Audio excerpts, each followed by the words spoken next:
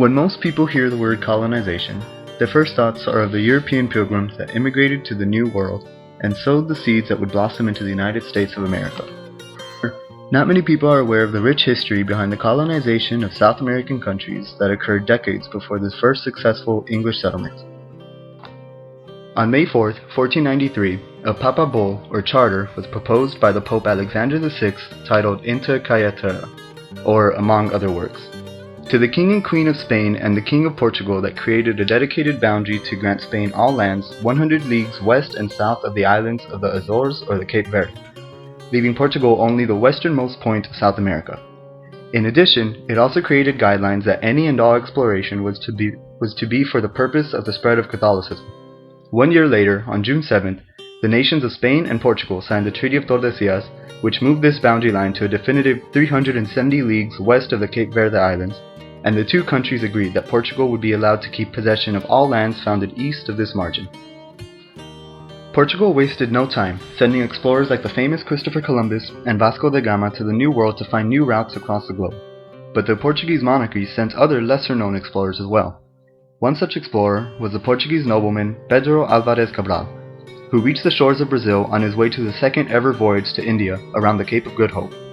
Upon landing, Cabral claimed the land for Portugal, naming it Terra de Veracruz, or Land of the True or Holy Cross, and he encountered the peaceful native Brazilians who were simple hunter-gatherers, and unlike the Mayans or Aztecs of Mexico, they had no large societies or wealth. Unlike any other explorers, the Portuguese noblemen knew that they needed to handle the situation with care, so Cabral was especially careful in his relations with the natives. Despite having no translators, he was able to amiably coexist with the natives for about 10 days before setting off to India, his intended target. Only a few Portuguese men stayed behind for the opportunity to share their culture with the natives and in turn learn about the natives' culture. At first, the only commodity coming from this new colony was a red-dyed wood from a native tree called a Brazil wood, which gave the country its current name of Brazil. As a result, private investors asked the king for contracts to areas of Brazil to obtain private ownership and make the most of this new resource. The king did apply one condition, that the colonizers maintain a positive relationship with the natives. However, this rule was never abided by. When sugarcane became an imperative crop for trading in the 1500s, Portuguese colonizers started to enslave the indigenous people of Brazil. Like other Native Americans, the indigenous people resisted slavery, and their opposition was almost too much for the Portuguese colonists. The natives carefully analyzed the colonists in order to more effectively elucidate responses through planned attacks and militaristic raids. They even terrified the Portuguese by capturing and eating slave owners. After this, the natives' numbers declined rapidly due to casualties of rebellion along with epidemics of European diseases. Ironically, however, the conflicts between the native Brazilians and Portuguese colonizers resulted in essential cultural diffusion between the two, consolidating a shared language and praxis. Nonetheless, due to this resistance, the Portuguese imported tamer African slaves to work on sugar plantations, which had become the financial pillars of Brazil. At this point, sugar and Brazil wood were the main exports of Brazil, which sustained its economy, and the African slaves were the ones forced to cultivate these crops. Their treatment is described by a Catholic missionary in James Ramsay's essay on the treatment and conversion of African slaves in the British sugar colonies. It reads, "At 4 o'clock in the morning, the plantation bell rings to call the slaves into the field. About 9 o'clock, they have half an hour for breakfast, which they take to the field. Again, they fall to work, until 11 o'clock or noon. The bell rings, and the slaves are dispersed in the neighborhood to pick up natural grasses and weeds for the horses and cattle, and to prepare and eat their own lunch. At 2 o'clock, the bell summons them to deliver in their grass and to work in the fields. About half an hour before sunset, they are again required to collect grass. About 7 o'clock in the evening or later, according to season, and deliver grass as before. The slaves are then dismissed to return to their huts, picking up brushwood or dried cow dung to prepare supper and tomorrow's breakfast. They go to sleep at about midnight."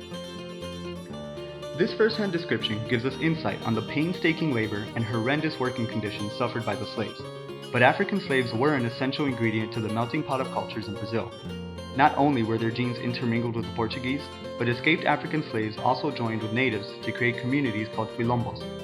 These communities create a unique Afro-Brazilian culture that had imperative roles in environmental protection. As shown, the exchange of goods and slaves in Brazil resulted in the exchange of cultures between the Portuguese, indigenous Brazilians, and imported Africans that paved the way for the integrated society Brazil holds today. Now, a major part of exchange was the introduction and integration of Catholicism in the 1500s as well. Unlike other Spanish territories, the incorporation of Catholicism in Brazil was widely accepted by the natives and the slaves. The church's impact was peaceful due to the fact that both Indian and African chiefs and leaders incorporated Catholicism into their own rituals, practices, and beliefs, rather than turning it away and causing conflict with the Catholic Portuguese. The heritage of slavery, peaceful integration of religion, and mix between all ethnicities has resulted in very little social tensions in Brazil and little to no antagonisms between the rich and poor classes of society. On top of that, Brazil has been subject to almost no intense conflicts throughout its history, for all possessions of land were peaceful, and its most problematic periods were near its early colonization by French and Spanish incursions, and its war with the Paraguay from 1865 to 1870. Not even when Brazil gained its independence from Portugal in 1822 was there any major conflict. And to add to that, there was no civil war when slavery was abolished in 1888, and Brazil was able to ceaselessly become a republic in 1889. The combination of all these factors allowed Brazil to become a cosmopolitan mix due to the miscegenation of the Portuguese colonists, the indigenous Brazilians, the descendants of African slaves, and any other immigrants from several different countries. Now, Brazil is a loose federation with a diverse and unique culture due to the exploration of Portuguese noblemen, the encountering of the native Brazilians, and the exchange of goods, genes, and cultures.